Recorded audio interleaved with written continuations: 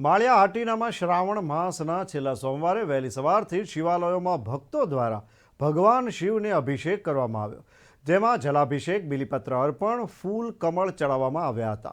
બપોર બાદ માળેશ્વર મંદિર ખાતે અમરનાથનો શણગાર કરવામાં આવ્યો. આ નજારો જોવા શિવ ભક્તોનું ઘોડાપૂર ઉમટી પડ્યું.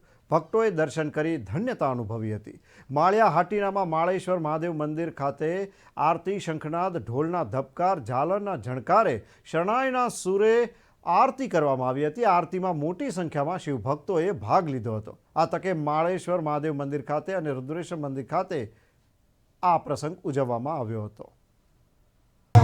જયદેવ માળેશ્વર મંદિરના પૂજારી આજે ચોથો સોમવાર માળેશ્વર મંદિરમાં હિમાલયનો શણગાર કરેલ છે. આજે મોટી સંખ્યામાં ભાવિ ભક્તોએ હિમાલયના દર્શનનો લાભ લીધો અને અત્યારે મહાપ્રસાદનું પણ આયોજન કરેલ છે અને ભાવિ ભક્તોએ માળેશ્વર મંદિરમાં પ્રસાદીનો પણ લાભ લીધો.